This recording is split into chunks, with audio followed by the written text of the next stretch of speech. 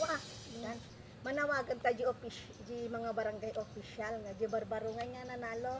Dapat ko pakaasa kano taro pamut ganyan ganyan para maawa da ba. Sige, start na ako ha. Para ang sagot mo, laeng. Sige. Magandang araw po sa inyong lahat. Ayan. Nananawagan po kami sa sa mga bagong nanalo sa eleksyon na sana bigyan nyo rin po kami ng ng bigas at saka ulam, mga grocery na din kasi sila mama ko kawawa talaga tapos wala siyang trabaho, yung papa ko wala na ring trabaho. Ayan ko, tignan nyo yung mukha niya, kawawa. Alam nyo kasi yung mama ko noon, dami namin na magkakapatid. Yung mama ko noon, yung trabaho trabaho niya noon siya buri-burikat. Murabigat ka mo. O ba nagtatala? Alas tawag bagambot na yung tangay, tika mo sa pa. Nagkakanggamin, huwag ka naman ang gawin. Alas mo? Ang trabaho niya noon para kami mabuhay, naiyak na ako sa para mabuhay kami, mapakain lang. Nagtatrabaho siya sa sa club.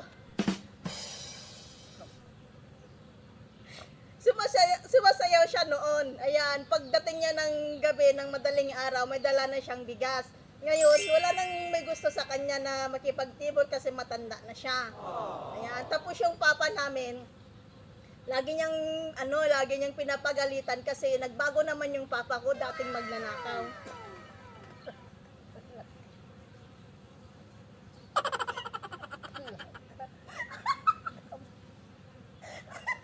Alas mo ito bagbagam. Iidit kong tutamdama.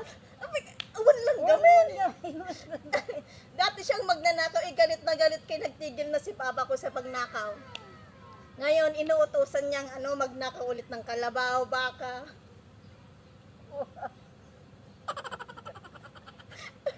At saka yung mga makina, siya yung kumukuha ng yung nagpapatubig dyan, siya yung kumukuha ng mga makina kung gabi. Kaya maraming nawalan ng Ngayon, gusto niya ulit magnakaw. Utusan ng papa, ng mama ko. Ayaw naman ng papa ko, kaya lagi silang nag-aaway.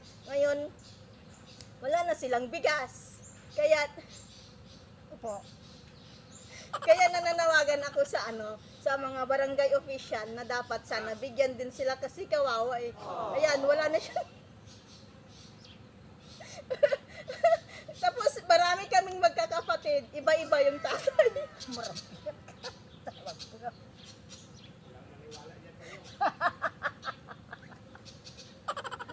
Iba-iba yung tatay. Ako, ewan ko pango yung ilong ko. Hindi ko alam kung sa kaninong lalaki yung yung lalaki ni tatay ni mama ko noon, bakit pango ako. Yung ibang mga kapatid ko matatangos ang ilong. Ayan, kaya mga barangay official dyan, ayan tignan nyo yung mama ko, kawawa talaga. Wala rin akong trabaho. Ayan, binubuhay lang ako ng mama ko, kaya lang hindi na siya makapagsayaw sa club. Tignan nyo tsura niya. Matanda na siya.